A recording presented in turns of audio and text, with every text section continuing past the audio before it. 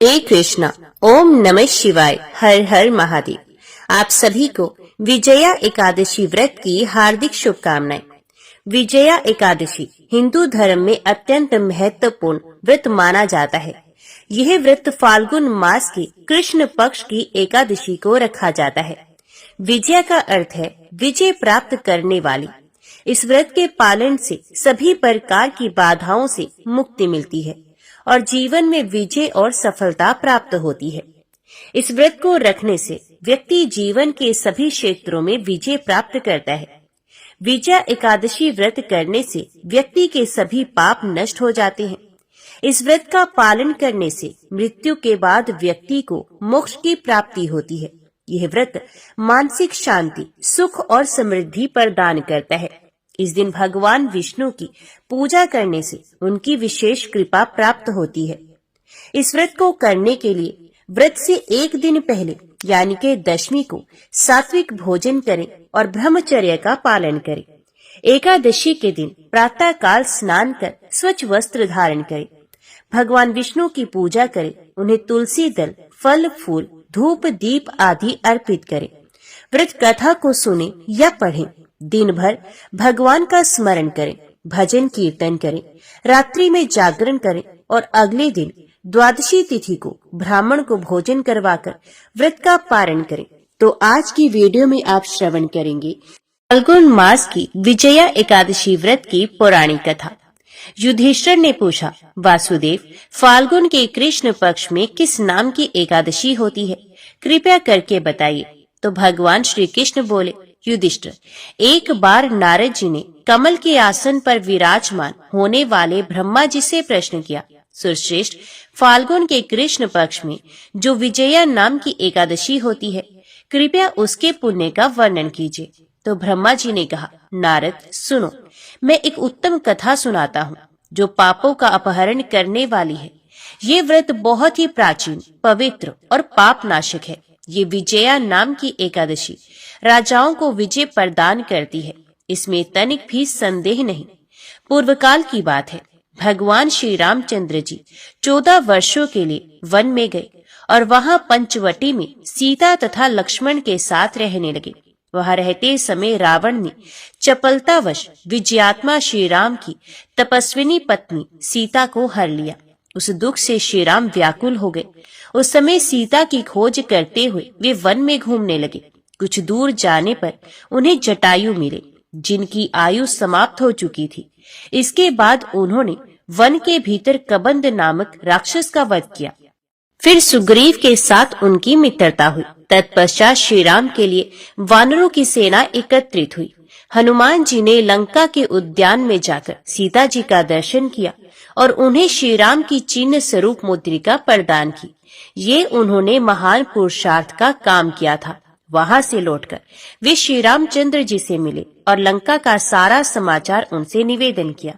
हनुमान जी की बात सुनकर श्री राम ने सुग्रीव की अनुमति ले लंका को प्रस्थान करने का विचार किया और समुद्र के किनारे पहुंचकर उन्होंने लक्ष्मण से कहा, सुमित्रा नंदन, किस पुण्य से इस समुद्र को पार किया जा सकता है? यह अत्यंत अगाध और भयंकर जल जंतुओं से भरा हुआ है। मुझे ऐसा कोई उपाय दिखाई नहीं देता जिससे इसको सुगमता से पार किया जा सके। लक्ष्मण बोले, महाराज, आप ही आदि देव और पुराण पुरुषोत्तम हैं। आपसे क्या छिपा है? यहाँ द्वीप के भीतर बगदालभ्य नामक एक मुनि रहते हैं। यहाँ से आधे योजन की दूरी पर उनका आश्रम है। रघुनंदन, उन प्राचीन मुनीश्वर के पास जाकर उन्हीं से इसका उपाय पूछे। लक्ष्मण की ये अत्यंत सुंदर बात सुनकर श्री रामचंद्र जी महामुनि बगदालभ्य से मिलने के लिए चले गए। वहां पहुंचकर उन्होंने मस्तक झुकाकर मुनि को प्रणाम किया। मुनि उनको देखते ही पहचान गए कि ये पुराण पुरुषोत्तम श्री राम है, जो किसी कारणवश मानव शरीर में अवतीर्ण हुए हैं। उनके आने से महर्षि को बड़ी प्रसन्नता हुई। उन्होंने पूछा, श्री राम, आपका कैसे यहाँ आगमन हुआ है?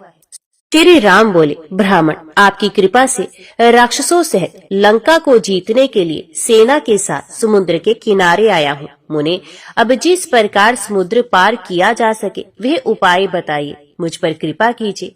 बगदालभ्य ने कहा, श्री राम, फाल्गुन के कृष्ण पक्ष में जो विजया नाम की एकादशी होती है, उसका व्रत करने से आपकी विजय होगी। निश्चय ही आप अपनी वानर सेना के साथ समुद्र को पार कर लेंगे। राजन, अब इस व्रत की फलदायक विधि सुनिए।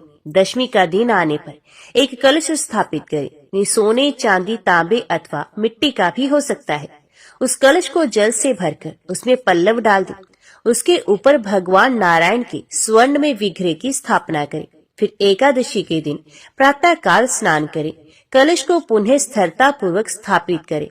माला, चंदन, सुपारी तथा नारियल आदि के द्वारा विशेष रूप से उसका पूजन करें। कलश के ऊपर सप्त धान्य और जौ रखें। गंध, धूप, दीप और भांति भांति के नैवेद्य से पूजन करें। कलश के सामने बैठकर वह सारा दिन उत्तम कथा, वार्ता आदि के द्वारा व्यतीत करें तथा रात में भी वह जागरण करें। अखंड व्रत की सिद्धि के लिए घी का दीपक जलाएं।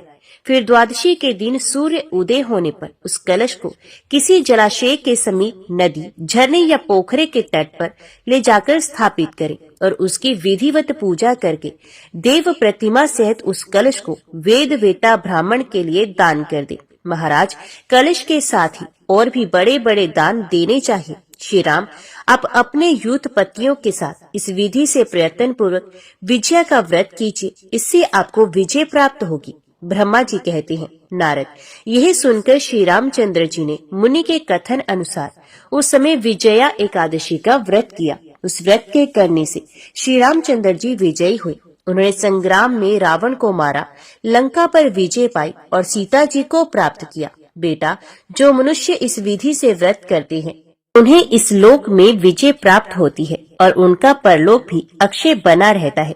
भगवान श्री कृष्ण कहते हैं, युधिष्ठिर, इस कारण विजया का व्रत करना चाहिए। इस प्रसंग को पढ़ने और सुनने से वाजपेयी यज्ञ का फल मिलता है। ओम नमो भगवते वासुदेवाय नमः। सब प्रेम से बोलो, लक्ष्मी नारायण भगवान की जय, राधा कृष्ण भगवान की जय।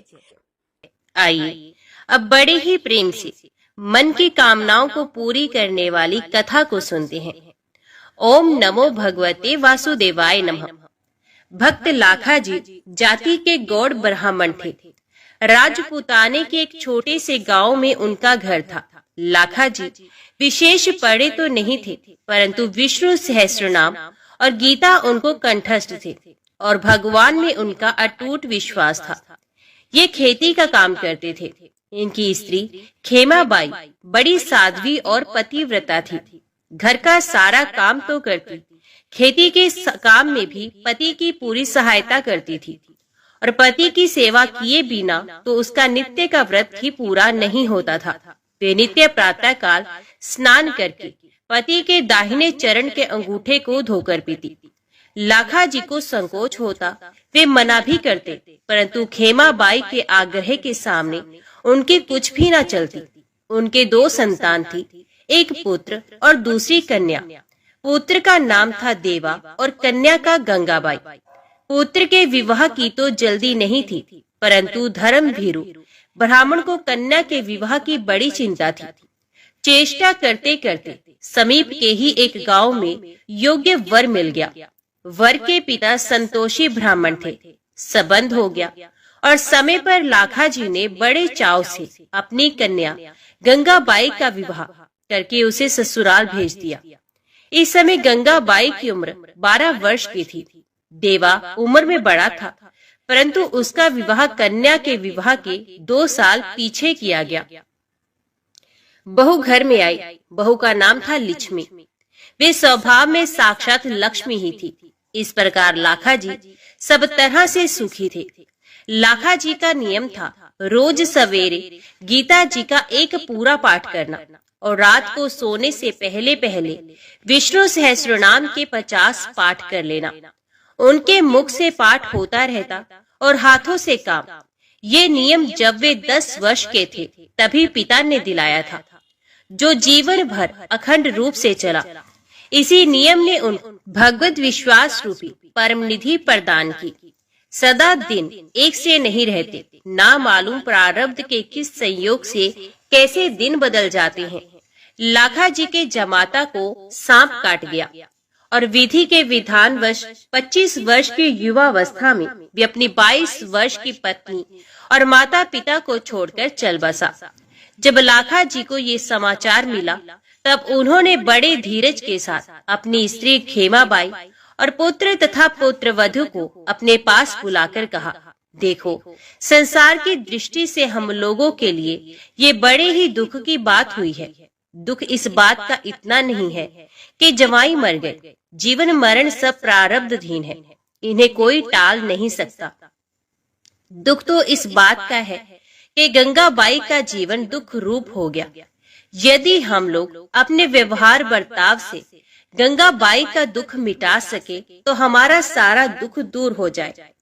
उसके दुख दूर होने का उपाय ये है कि हम यहाँ ले आए। हम लोग स्वयं विषय भोगों का त्याग करके उसे श्री भगवान की सेवा में लगाने का प्रयत्न करें। भोगों की प्राप्ति से दुखों का नाश नहीं होता, न भोगों के नाश में ही वस्तु दुख है। दुख के कारण तो हमारे मन के मनोरथ हैं। एक भी भोग ना रहे, अति आवश्यक चीजों का भी अभाव हो, परंतु मन यदि अभाव का अनुभव ना करके सदा संतुष्ट रहे, उसमें मनोरथ ना उठे, तो कोई भी दुख नहीं रहेगा। इसी प्रकार भोगों की प्रचुर प्राप्ति होने पर भी जब तक किसी वस्तु के अभाव का अनुभव होता है और उसको प्राप्त करने की कामना रहती है, तब तक दुख नहीं मिट सकते। यदि हम लोग चेष्टा करके गंगाबाई के मन से उसके पति के अभाव को भुला दे सके और उसकी सदा भाव रूप परमपति भगवान के चरणों में आसक्ति उत्पन्न कर दे, तो वे सुखी हो सकती है। यद्यपि यहाँ के सारे संबंध इस शरीर को लेकर ही हैं, तथापि जब तक संबंध है तब तक हम लोगों को परस्पर ऐसा बर्ताव करना चाहिए जिससे हमारे मन भोगों से हटकर भगवान में लगे और हमें परम कल्याण रूप श्री भगवान की प्राप्ति हो। हित करने वाले सच्चे माता पिता, पुत्र, भाई, स्त्री, स्वामी वही हैं जो अपनी संतान को, माता पिता को, भाई बहनों को, स्वामी को और पत्नी को अनंत कलेश रूप जगजाल से छुड़ाकर अचिंत्य आनंद स्वरूप भगवान के पद पर चढ़ा देते हैं। हम लोगों को भी यही चाहिए कि हम शोक छोड़कर नित्य शोक रूप संसार सागर से गंगाबाई को पार लगाने का प्रयत्न करें। लाखा जी की स्त्री, उनके पुत्र, देवा तथा पुत्र वधू सभी का लाखा जी के वचनों पर पूरा विश्वास था। वे सब प्रकार से उनके अनुगत थे, अतः लाखा जी के इन वचनों का उन पर बड़ा प्रभाव पड़ा और उन्होंने कहा, आप गंगाबाई को यहाँ ले आइए। हम लोग आपकी आज्ञा अनुसार भोगों का त्याग करके उसे भगवान के मार्ग पर ही लगाएंगे। इससे हमारा, उसका, सभी का परम कल्याण होगा। लाखा जी समधी के घर गए और वहाँ का दृश्य देखकर चकित रह गए। उन्होंने देखा गंगाबाई अपने सास ससुर को संसार की क्षण भंगुरता और मिथ्या संबंध का रहस्य समझाकर उन्हें सांत्वना दे रही है और वे उसकी बात मानकर रोना छोड़कर भगवान के नाम का कीर्तन कर रहे हैं। अपनी पुत्री की ये स्थिति देखकर लाखा जी को दुख में सुख हो गया। उन्हें मानो जहर से अमृत मिल गया।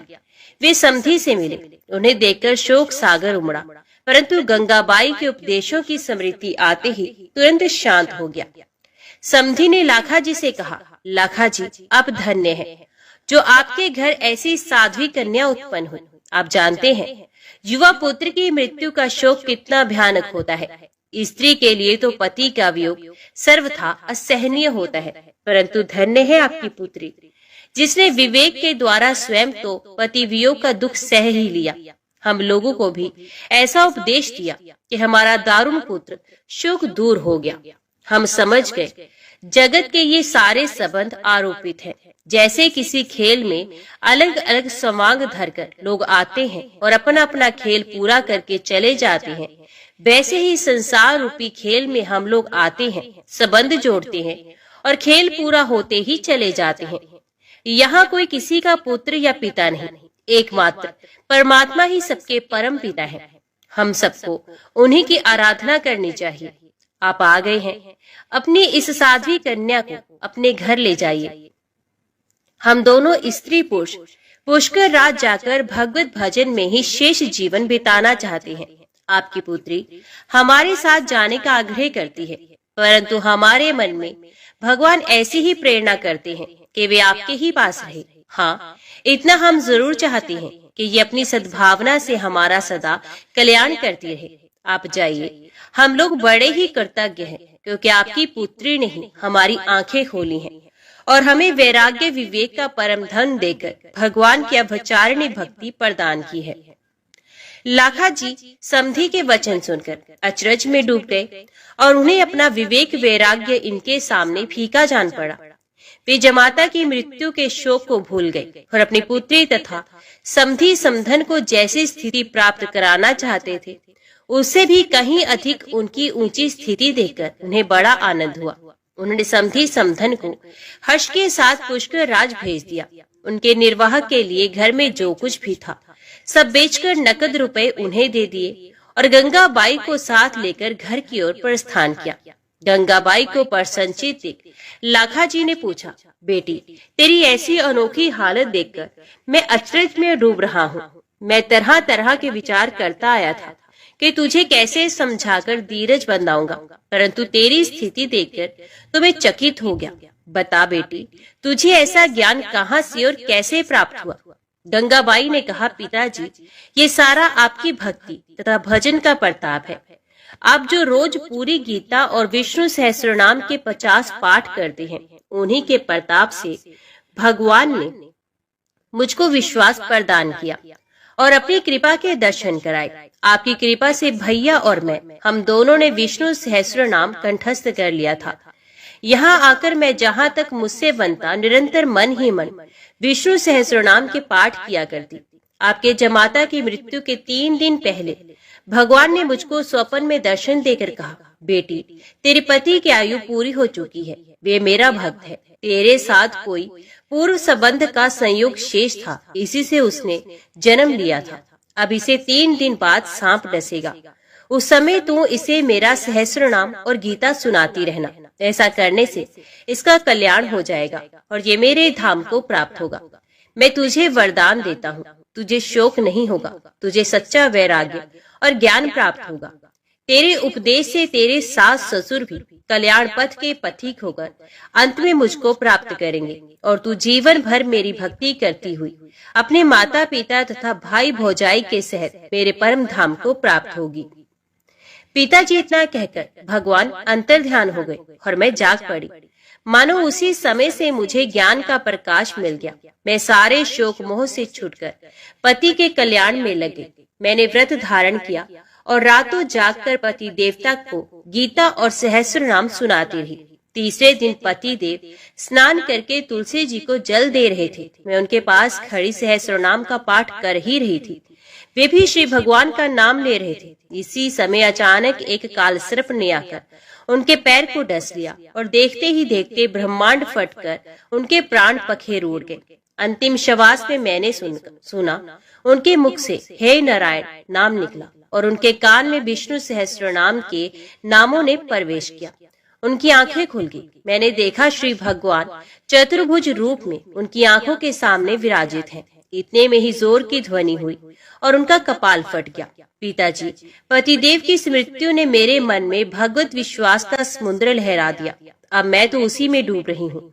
आप मेरी सहायता कीजिए जिससे मैं सदा इसी में डूबी रहूं। आप लोग मेरा साथ तो देंगे ही।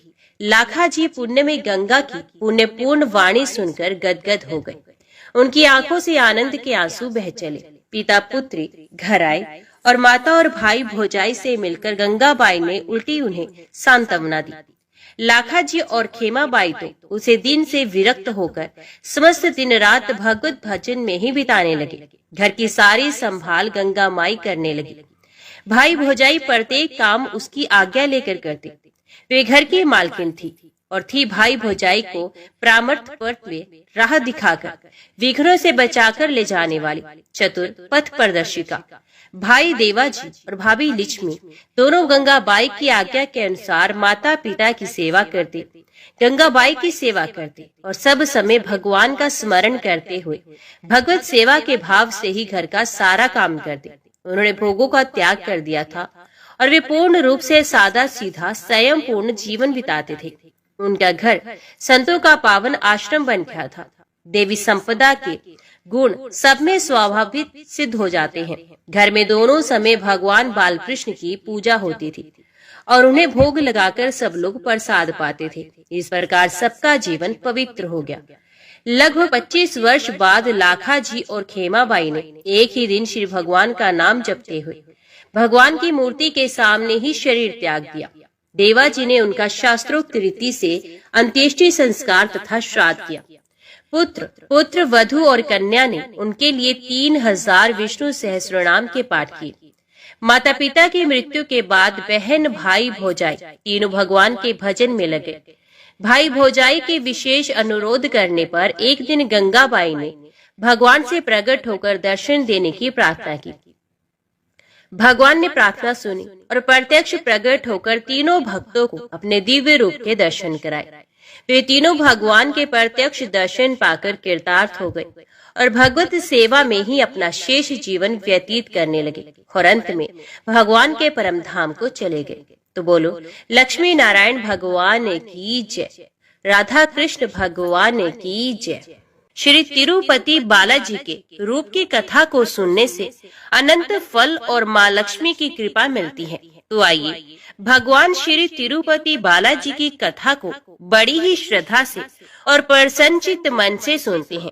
इस कथा को पूरा सुनिए। बोलिए श्री लक्ष्मी नारायण भगवान की जय। तिरुपति बालाजी मंदिर भारत का एक प्रसिद्ध मंदिर है और इस मंदिर में भगवान श्री विष्णु जी के एक अवतार स्वामी वेंकटेश्वर जी की विराजमान मूर्त है। इसी वजह से मंदिर को प्रसिद्धि रूप से स्वामी वेंकटेश्वर मंदिर के नाम से भी जाना जाता है। भगवान वेंकटेश्वर को विष्णु जी का एकमात्र उस रूप से जाना जाता है जिन्होंने कलयुग के कष्टों से लोगों को बचाने के लिए अवतार लिया है।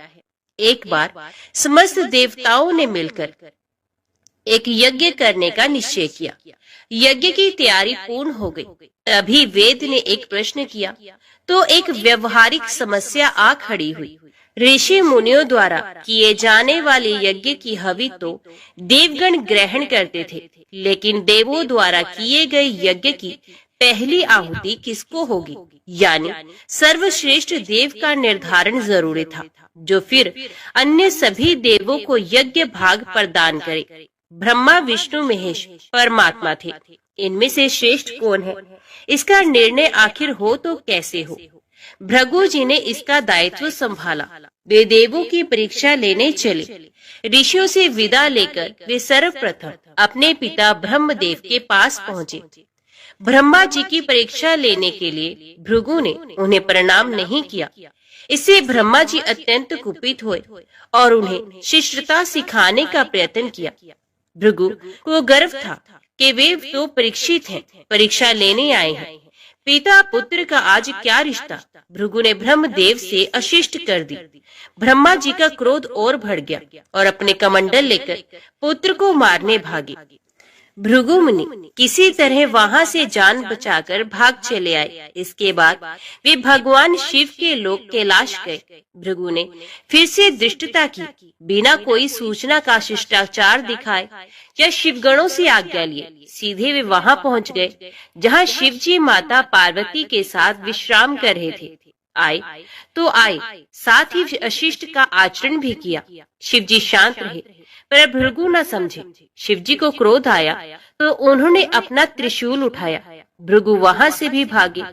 अंत में भगवान विष्णु के पास क्षीर सागर पहुँचे। श्री हरिकेश श्रेयस पर लेटे निद्रा में थे और देवी लक्ष्मी उनके चरण दबा रही थी। महर्षि भृगु 2 स्थानों से अपमानित करके भगाए गए थे। उनका मन बहुत दुखी था। विष्णु जी को सोता देख उन्हें ना जाने क्या हुआ और उन्होंने विष्णु जी को जगाने के लिए उनकी छाती पर एक लात जमा दी। विष्णु जी जाग गए और भृगु से बोले, मेरी छाती वज्र के समान कठोर है। आपका शरीर तप के कारण दुर्बल हो चुका है। कहीं आपके पैर में चोट तो नहीं आई। आपने मुझे सावधान करके कृपा की है। आपका चरण चिन्ह मेरे वक्ष पर सदा अंकित रहेगा। भृगु को बड़ा आश्चर्य हुआ। उन्होंने तब भगवान की परीक्षा लेने के लिए ये अपराध किया था, परंतु भगवान तो दंड देने के बदले मुस्कुरा रहे थे। उन्होंने निश्चय किया कि श्री हरि सी विनम्रता किसी में नहीं, वास्तव में विष्णु जी ही सबसे बड़े देवता हैं। भृगु जी ने लौटकर सभी ऋषियों को पूरी घटना सुनाई। सभी ने एक मत से ये निश्चय किया कि भगवान विष्णु को ही यज्ञ का प्रधान देवता समझकर मुख्य भाग दिया जाएगा। लक्ष्मी जी ने भृगु को अपने पति की छाती पर लात मारते देखा तो उन्हें बड़ा क्रोध आया, परंतु उन्हें इस बात पर शोक भी हुआ कि श्री हरि ने उदंड को दंड देने के स्थान पर उसके चरण पकड़ लिए और उल्टे क्षमा मांगने लगे। क्रोध से तमतमाई महालक्ष्मी को लगा कि वे जिस पति को संसार का सबसे शक्तिशाली समझती है वे तो निर्बल है। ये धर्म की रक्षा करने के लिए अधर्म एवं दुष्टों का नाश कैसे करते होंगे। महालक्ष्मी ग्लानि से भर गई और मन श्री हरि से उचट गया। उन्होंने श्री हरि और वैकुंठ लोक दोनों के त्याग का निश्चय कर लिया। स्त्री का स्वाभिमान उसके स्वामी के साथ बंधा होता है। उनके समक्ष कोई स्वामी पर प्रहार कर गया और स्वामी ने प्रतिकार भी नहीं किया। ये बात मन में कोत रही थी। स्थानवास के योग्य नहीं, पर त्याग कैसे करे, श्री हरि से ओझल होकर रहना कैसे होगा। ये उचित समय की प्रतीक्षा करने लगी। भगवान श्री हरि ने हिरण्याक्ष को मारने के लिए वराह अवतार लिया और दुष्टों का संहार करने लगे। महालक्ष्मी के लिए ये समय उचित लगा। उन्होंने वैकुंठ का त्याग कर दिया और पृथ्वी पर एक वन में जाकर तपस्या करने लगे। श्री हरि और वैकुंठ का त्याग कर महालक्ष्मी पृथ्वी पर एक वन में तपस्या करने लगी। तप करते करते उन्होंने अपना शरीर छोड़ दिया। विष्णु जी वराह अवतार का अपना कार्य पूर्ण कर वैकुंठ धाम लौटे तो महालक्ष्मी नहीं मिली। वे उन्हें खोजने लगे। श्री हरि ने उन्हें तीनों लोकों में खोजा, किंतु तप करके माता लक्ष्मी ने भ्रमित करने की अनुपम शक्ति प्राप्त कर ली थी। उसी शक्ति से उन्होंने श्री हरि को भ्रमित रखा। आखिर श्री हरि को पता लग ही गया, लेकिन तब तक वे शरीर छोड़ चुकी थी। दिव्य दृष्टि से उन्होंने देखा कि लक्ष्मी जी ने चोल राज के घर में जन्म लिया है।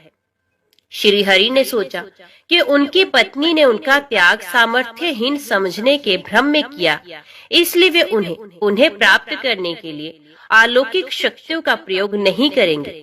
महालक्ष्मी ने मानव रूप धरा है तो अपने प्रिय पत्नी को प्राप्त करने के लिए वे भी साधारण मानवों के समान व्यवहार करेंगे और महालक्ष्मी जी का हृदय और विश्वास जीतेंगे। भगवान ने श्रीनिवास का रूप धरा और पृथ्वी लोक पर चोल नरेश के राज में निवास करते हुए महालक्ष्मी से मिलन के लिए उचित अवसर की प्रतीक्षा करने लगे। राजा आकाश राज निसंतान थे। उन्होंने सुखदेव जी की आज्ञा से संतान प्राप्ति का यज्ञ किया। यज्ञ के बाद यज्ञशाला में राजा को हल जोतने को कहा गया। राजा ने हल जोता तो हल का फल किसी वस्तु से टकराया। राजा ने उस स्थान को खोदा तो एक पेटी के अंदर सहस्त्र दल कमल पर एक कन्या विराज रही थी। वे साक्षात महालक्ष्मी थी। राजा के मन की मुराद पूरी हो गई, क्योंकि कन्या कमल के फूल में पीली थी, इसलिए उनका नाम रखा गया पद्मावती। पद्मावती नाम के अनुरूप ही रूपवती और गुणवती भी थी। साक्षात लक्ष्मी जी का अवतार पद्मावती विवाह के योग्य हुई। एक दिन वे बाग में फूल चुन रही थी। उस वन में बालाजी यानी के श्रीनिवास जी आखेट के लिए आए थे। उन्होंने देखा कि एक हाथी एक युवती के पीछे पड़ा है और डरा रहा है। राजकुमारी से सेवक भाग खड़े हुए। श्रीनिवास जी ने तीर चलाकर हाथी को रोका और पद्मावती की रक्षा की। श्रीनिवास और पद्मावती ने एक दूसरे को देखा और एक दूसरे पर मोहित हो गए। दोनों के मन में परस्पर अनुराग पैदा हुआ, लेकिन दोनों बिना कुछ कहे अपने अपने घर लौट गए। श्रीनिवास जी घर तो लौट आए, लेकिन मन पद्मावती में ही बस गया। ये पद्मावती का पता लगाने के लिए उपाय सोचने लगे। उन्होंने ज्योतिषी का रूप धरा और भविष्य बांचने के बहाने पद्मावती को ढूंढने निकले। धीरे धीरे ज्योतिष श्रीनिवास की ख्याति पूरे चोल राज में फैल गई। पद्मावती के मन में भी श्रीनिवास के लिए प्रेम उमड़ पड़ा। वे उनसे मिलने को व्याकुल थी, किंतु कोई पता ठिकाना न होने के कारण उनका मन चिंतित था। इस चिंता और प्रेम विरह में उन्होंने भोजन श्रृंगार आदि का त्याग कर दिया। इसके कारण उनका शरीर कृशकाय होता चला गया। राजा से पुत्री की ये दशा देखी नहीं जा रही थी। वे चिंतित थे। ज्योतिषी की प्रसिद्धि की सूचना राजा को भी मिली। राजा ने ज्योतिषी श्रीनिवास को बुलाया और सारी बात बताकर अपनी कन्या की दशा का कारण बताने को कहा। श्रीनिवास राजकुमारी का हाल समझने पहुंचे तो पद्मावती को देखकर प्रसन्न हो गए। उनका उपक्रम सफल हो गया था। उन्होंने पद्मावती का हाथ अपने हाथ में लिया और कुछ देर तक पढ़ने का स्वांग करने के बाद वो बोले, महाराज, आपकी पुत्री प्रेम के विरह में जल रही है। आप इनका शीघ्र विवाह कर दें तो स्वस्थ हो जाएंगे। पद्मावती ने अब श्रीनिवास की ओर देखा। देखते ही पहचान गई। उनके मुख पर प्रसन्नता के भाव आए और वे हंसी। काफी दिनों बाद पुत्री को प्रसन्न देख राजा को लगा कि ज्योतिषी का अनुमान बिल्कुल सही है। राजा ने श्रीनिवास जी से पूछा, हे ज्योतिषी महाराज, यदि आपको ये पता है कि मेरी पुत्री प्रेम के विरह में पीड़ित है, तो आपको ये भी सोचना होगी कि मेरी पुत्री को किससे प्रेम है। उसका विवाह करने को मैं तैयार हूँ। आप उसका परिचय दें। श्रीनिवास जी ने कहा, आपकी पुत्री एक दिन वन में फूल चुनने गई थी। एक हाथी ने उन पर हमला किया तो आपके सैनिक और दासियां भाग खड़ी हुई।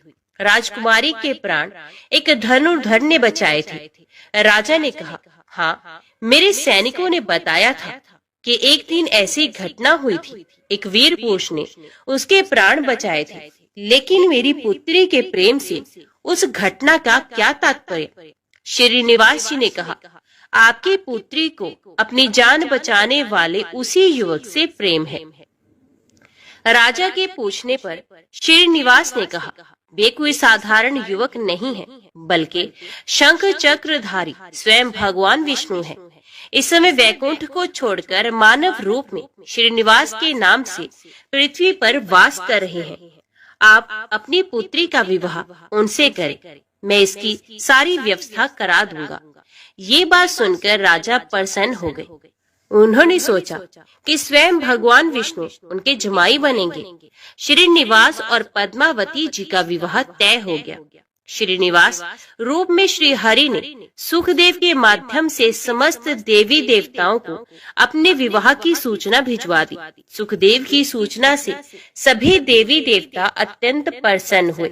देवी देवता श्रीनिवास जी से मिलने और बधाई देने पृथ्वी पर पहुँचे, परंतु श्रीनिवास जी को खुशी के बीच एक चिंता भी होने लगी। देवताओं ने पूछा, भगवान, संसार की चिंता हरने वाले आप इस उत्सव के मौके पर इतने चिंतित क्यों हैं? तब श्रीनिवास जी ने कहा, चिंता की बात है धन का अभाव। महालक्ष्मी ने मुझे त्याग दिया है, इस कारण धनहीन हो चुका हूँ।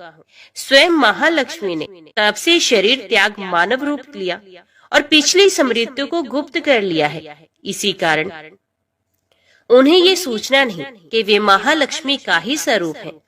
वे तो स्वयं को राजकुमारी पद्मावती ही मानती हैं। मैंने निर्णय किया है कि जब तक उनका प्रेम पुनः प्राप्त नहीं करता, अपनी माया का उन्हें आभास नहीं कराऊंगा। इस कारण मैं एक साधारण मनुष्यों का जीवन व्यतीत कर रहा हूँ।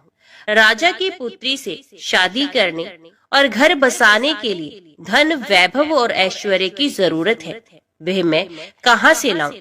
स्वयं नारायण को धन की कमी सताने लगी। मानव रूप में आए प्रभु को भी विवाह के लिए धन की आवश्यकता हुई। यही तो ईश्वर की लीला है। जिस रूप में रहते हैं उस योनि के जीवों के सभी कष्ट सहते हैं। श्री हरि विवाह के लिए धन का प्रबंध कैसे हो, इस बात से चिंतित हैं। देवताओं ने जब ये सुना तो उन्हें आश्चर्य हुआ। देवताओं ने कहा, कुबेर आवश्यकता के बराबर धन की व्यवस्था कर देंगे। देवताओं ने कुबेर का आवाहन किया तो कुबेर जी प्रकट हुए। कुबेर ने कहा, ये तो मेरे लिए प्रसन्नता की बात है। कि आपके लिए मैं कुछ कर सकूं। प्रभु, आपके लिए धन का तत्काल प्रबंध करता हूँ। कुबेर का कोष आपकी कृपा से ही रक्षित है। तब श्री हरि जी ने कुबेर से कहा, यक्षराज, आपको भगवान भोलेनाथ ने जगत और देवताओं के धन की रक्षा का दायित्व सौंपा है। उसमें से धन मैं अपनी आवश्यकता के हिसाब से ही लूंगा, लेकिन मेरी एक शर्त है। सुनकर ये सभी देवता आश्चर्य में पड़ गए। श्री हरि ने कहा, ब्रह्मा जी और शिव जी साक्षी रहेंगे। कुबेर से धन ऋण के रूप में ले लूंगा, जिसे भविष्य में ब्याज सहित चुका भी दूंगा। श्री हरि की बात से कुबेर सहमत हो गए। सभी देवता विस्मय में एक दूसरे को देखने लगे। कुबेर बोले, भगवान, मुझसे कोई अपराध हुआ तो उसके लिए क्षमा करें, पर ऐसी बात ना कहें। आपकी कृपा से विहीन होकर मेरा सारा कोष नष्ट हो जाएगा। हरि ने कुबेर को निश्चिंत करते हुए कहा, आपसे कोई अपराध नहीं हुआ है। मैं मानव की कठिनाई का अनुभव करना चाहता हूँ। मानव रूप में उन कठिनाइयों का सामना करूंगा जो मानव को आती हैं। धन की कमी और ऋण का बोझ सबसे बड़ा है। कुबेर ने कहा, प्रभु, यदि आप मानव की तरह ऋण पर धन लेने की बात कर रहे हैं, तो फिर आपको मानव की तरह ये भी बताना होगा कि ऋण चुकाएंगे कैसे। मानव को ऋण प्राप्त करने के लिए कई शर्तें झेलनी पड़ती हैं। श्रीनिवास जी ने कहा, कुबेर, ये ऋण मैं नहीं, मेरे भक्त चुकाएंगे, लेकिन मैं उनसे भी कोई उपकार नहीं लूंगा। मैं अपनी कृपा से उन्हें धनवान बनाऊंगा। कलयुग में पृथ्वी पर मेरी पूजा धन, ऐश्वर्य और वैभव से परिपूर्ण कर देने वाली होगी। मेरे भक्त मुझसे धन, वैभव और ऐश्वर्य की मांग करने आएंगे। मेरी कृपा से उन्हें वो प्राप्त होगा। बदले में भक्तों से मैं दान प्राप्त करूंगा, जो चढ़ावे के रूप में होगा। मैं इस तरह आपका ऋण चुकाता रहूंगा।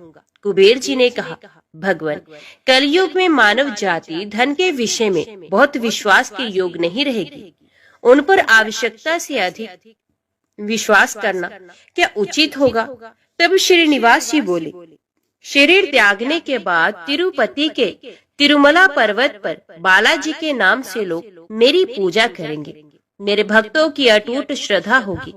वे मेरे आशीर्वाद से प्राप्त धन में मेरा हिस्सा रखेंगे। इस रिश्ते में ना कोई दाता है, ना कोई याचक है। कुबेर, कलयुग के आखिर तक भगवान बालाजी धन, ऐश्वर्य और वैभव के देवता बने रहेंगे। मैं अपने भक्तों को धन से परिपूर्ण करूंगा, तो मेरे भक्त दान से न केवल मेरे प्रति अपना ऋण उतारेंगे, बल्कि मेरा ऋण उतारने में भी मदद करेंगे। इस तरह कलयुग की समाप्ति के बाद मैं आपका मूल धन लौटा दूंगा। कुबेर जी ने श्री हरि द्वारा भक्त और भगवान के बीच एक ऐसे रिश्ते की बात सुनकर उन्हें प्रणाम किया और धन का प्रबंध कर दिया। भगवान श्रीनिवास जी और कुबेर जी के बीच हुए समझौते के साक्षी स्वयं ब्रह्मा और भगवान शिव थे। दोनों वृक्ष रूप में साक्षी बन गए। आज भी पुष्करणी के किनारे ब्रह्मा और शिव बरगद के पेड़ के रूप में साक्षी बनकर खड़े हैं। ऐसा कहा जाता है कि निर्माण कार्य के लिए स्थान बनाने के लिए इन दोनों पेड़ों को जब काटा जाने लगा तो इनमें से खून की धारा फूट पड़ी थी। पेड़ काटना बंद करके उसकी देवता की तरह पूजा होने लगी। श्रीनिवास जी और पद्मावती जी की शादी पूरी धूमधाम से हुई, जिसमें सभी देवगण पधारे। भक्त मंदिर में दान देकर भगवान पर चढ़ावा ऋण उतार रहे हैं, जो कलयुग के अंत तक जारी रहेगा। तो बोलिए, श्री लक्ष्मी नारायण भगवान की जय। चंद्रवंश में सुवीर नाम से प्रसिद्ध एक राजा हो गए हैं। दक्षिण भारत के नारायणपुर में उनकी राजधानी थी। महाराज सुवीर की रानी नंदिनी के गर्भ से एक पुत्र हुआ, जिसका नाम तोंडमान रखा गया। राजकुमार तोंडमान बड़े ही वीर थे। 5 ही वर्ष की अवस्था से उनके हृदय में भगवान विष्णु की भक्ति प्रकट हो गई थी। युवा होने पर पांडे नरेश की सुंदरी पुत्री पद्मा के साथ उनका विवाह हुआ। विभिन्न देशों की अनेक राजकुमारियों ने भी स्वयंवर सभा में उनका ही वर्ण किया था। उन्हें देवराज इंद्र की भांति रिद्धि सिद्धि एवं सुखभोग की सामग्री सुलभ थी, तो भी वे उनमें आसक्त न होकर सदा भगवान के चिंतन में ही संलग्न रहते थे। एक दिन राजकुमार तोंडमान पिता की आज्ञा से वेंकटगिरी के समीप शिकार खेलने के लिए गए। शिकार में वे वही उन्हीं हिंसक जीवों का वध करते थे जो प्रजा के लिए भय उपस्थित करने वाले थे। स्वर्णमुखरी नदी पार करके ब्रह्म ऋषि शुक और रेणुका देवी का दर्शन करते हुए तोंडमान जब पश्चिम दिशा की ओर आगे बढ़े, तब एक जगह उन्हें पंचरंगा तोता दिखाई दिया। वे देखने में बड़ा ही सुंदर था और भगवान श्रीनिवास का नाम रट रहा था। उसकी दिव्य आकृति और मधुर बोली पर राजकुमार मुग्ध हो गए और उसे पकड़ने के लिए उसका पीछा करने लगे। तोता उड़कर वेंकटाचल के शिखर पर जा पहुंचा। तोंडमान भी उसका अनुसरण करते हुए गिरिराज पर चढ़ गए, परंतु वहां वे तोता कहीं भी दिखाई नहीं दिया। पास ही में श्यामा कवन था। निषाद राज वसु, जो भगवान श्रीनिवास के अनन्य भक्त थे, उस वन की रखवाली करते थे। राजकुमार को आते देख उन्होंने उनकी अगवानी की और उन्हें प्रणाम करके विनीत भाव से दोनों हाथ जोड़कर कहा, युवराज स्वागत है, कहिए आपकी क्या सेवा करूं? राजकुमार बोले, वनेचर, इधर एक पंचरंगा तोता उड़ता हुआ आया है, क्या तुमने उसे देखा है? वे श्रीनिवास की रट लगा रहा था, मैं उसी को ढूंढ रहा हूँ, बताओ वे किधर गया है? वसु ने कहा, युवराज वे भगवान श्रीनिवास का तोता है, उसे श्रीदेवी और भूदेवी ने ही पाल पोस कर बड़ा किया है, उसे कोई पकड़ नहीं सकता। भगवान को वे शुक बहुत ही प्रिय है। अब मैं भगवान की आराधना के लिए जाता हूँ, जब तक लौट कर न आऊं तब तक आप यहीं वृक्ष के नीचे आराम कीजिए। राजा ने कहा, निषाद राज, मैं भी भगवान के दर्शन करूंगा, मुझे अपने साथ ले चलिए। वसु ने बहुत अच्छा कहकर युवराज को अपने साथ ले लिया। स्वामी पुष्करणी में युवराज सहित विधि पूर्वक स्नान करके वे दिव्य विमान में विराजमान भगवान श्रीनिवास के समीप गए। तोंडमान ने देखा, बिल वृक्ष के नीचे भगवान का दिव्य विमान प्रकाशित हो रहा है, उसके भीतर भगवान श्रीनिवास विराज रहे हैं। परम सुंदरी श्री देवी और भूदेवी उनकी सेवा में संलग्न है। उनके श्री अंगों की श्यामलता अलसी के फूल से सुशोभित हो रही है। नेत्र खिले हुए कमल दल की भांति सुंदर एवं विशाल है। 4 भुजाएं थी। भगवान के अंग अंग से उदारता प्रकट हो रही थी। उनके मुखार बिंद पर मंद मंद मुस्कुराहट की छटा मन को मोह लेती थी। श्री अंगों पर पीतांबर की अपूर्व शोभा थी। शंख चक्र आदि आयुध मूर्तिमान होकर भगवान की सेवा कर रहे थे। युवराज भगवान का यह अद्भुत स्वरूप देखकर मुग्ध हो गए और उन्होंने अपना तन मन धन एवं जीवन उन्हीं के चरणों में न्यौछावर कर दिया। उन दिनों वहां गए हुए सभी बड़भागी भक्तों को उनके प्रत्यक्ष दर्शन होते थे। निषाद राज ने भगवान का पूजन करके उन्हें मधु मिश्रित सामा का भात निवेदन किया और प्रसाद लेकर राजकुमार के साथ वे पुनः अपनी कुटी पर लौट आए। रात में उनकी कुटी पर रहकर राजकुमार ने सत्संग का सुख उठाया और प्रातः काल सेवकों सहित अपने नगर को प्रस्थान किया। मार्ग में उन्हें शुक मुनि तथा रेणुका देवी का भी कृपा प्रसाद प्राप्त हुआ। कुछ दिनों बाद राजा सुवीर ने अपने पुत्र को राज्य दे स्वयं वनप्रस्थ आश्रम ग्रहण किया। महाराज तोंडमान धर्मपूर्वक प्रजा का पालन करते हुए भगवान की आराधना में तत्पर रहने लगे। एक दिन निषाद राज वसु राजद्वार पर उपस्थित हुए। सूचना पाकर महाराज ने उन्हें दरबार में बुलाया और स्वागत सत्कार करके पूछा, निषाद राज कैसे पधारे हैं? वसु ने कहा, राजन, मैंने वन में एक बड़े आश्चर्य की बात देखी है। रात में एक श्वेत रंग का वराह आकर मेरा सामा चरने लगा है। ये देख मैंने हाथ में धनुष लेकर उसका पीछा किया। वरहा मुझे देखते ही हवा हो गया। मैंने भी पीछा नहीं छोड़ा। स्वामी पुष्करणी के तट पर जाकर वे वरहा एक बांबी में घुस गया। तब मैं क्रोध में आकर उस बांबी को ही खोदने लगा। इतने में ही मूर्छित होकर गिर पड़ा। उसी समय मेरा पुत्र भी वहां आ पहुंचा। मुझे मूर्छित देख वे भगवान मधुसूदन की स्तुति करने लगा। तब भगवान वराह का मुझ में आवेश हुआ। उन्होंने मेरे पुत्र से कहा, निषादराज वसु, शीघ्र ही महाराज तोंडमान के पास जाकर मेरा सारा वृतांत उनसे कहो। राजा काली गो के दूध से मेरा अभिषेक करते हुए इस वल्मीक को धो डाले। इसके भीतर एक सुंदर शिला प्राप्त होगी।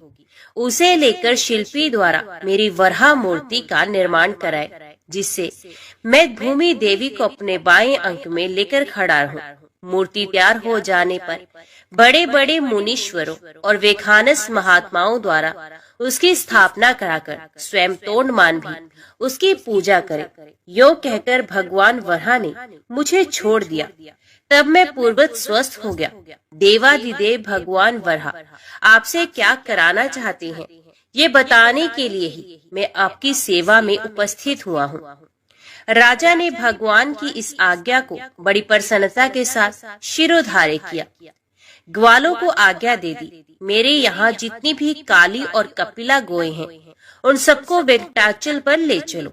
मंत्रियों को आदेश मिला, कल ही यात्रा करनी है, इसकी समुचित व्यवस्था की जाए।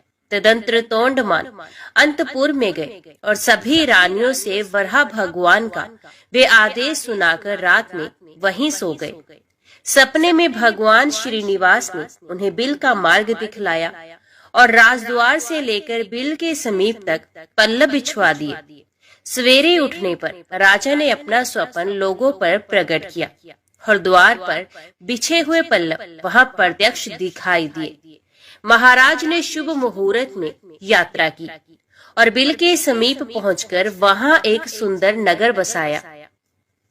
भगवान के आदेश के अनुसार उन्होंने मूर्ति निर्माण, प्रतिष्ठा और पूजन का कार्य बड़ी धूमधाम से संपन्न किया।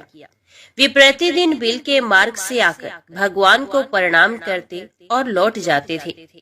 एक दिन राजा के यहाँ एक ब्राह्मण देवता अपनी पत्नी के साथ पधारे और इस प्रकार बोले, महाराज, मैं वशिष्ठ कुल में उत्पन्न सामवेदी ब्राह्मण हूँ। मेरा नाम वीर शर्मा है।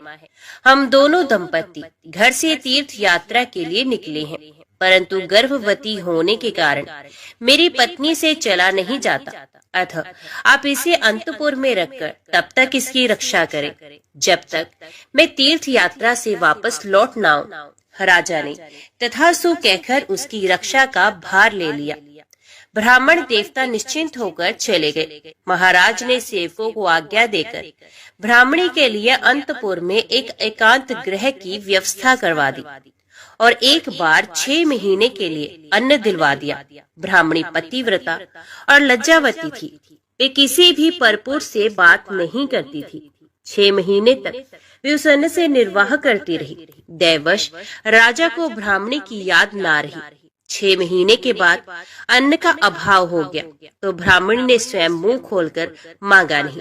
बेचारी भूख की पीड़ा सहती हुई ही मर गई। ब्राह्मण देवता तीर्थ यात्रा पूरी करके पूरे 2 वर्ष बाद वापस लौटे। तब तक ब्राह्मणी के एकांत निवास में कोई नहीं गया था।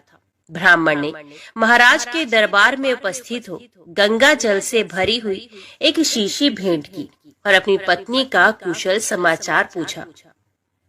महाराज को अब याद आई। वे शंकित होकर अंतपुर में गए। ब्राह्मणी की मृत्यु हो चुकी है ये जानकर वे चुपचाप बिल के मार्ग से भगवान श्रीनिवास के समीप वेंकटाचल पर चले गए और भगवान से सब समाचार कह सुनाया।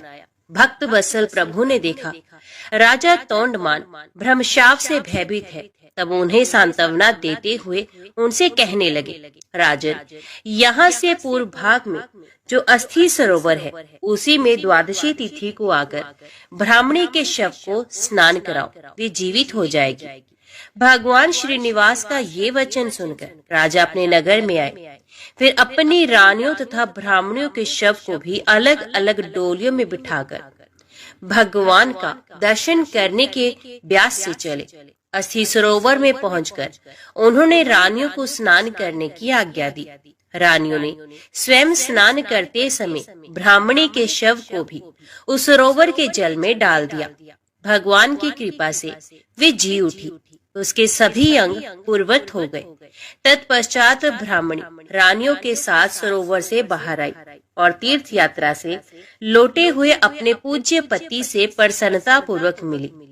राजा ने बहुत धन देकर ब्राह्मण दंपत्ति को आदर पूर्वक विदा किया।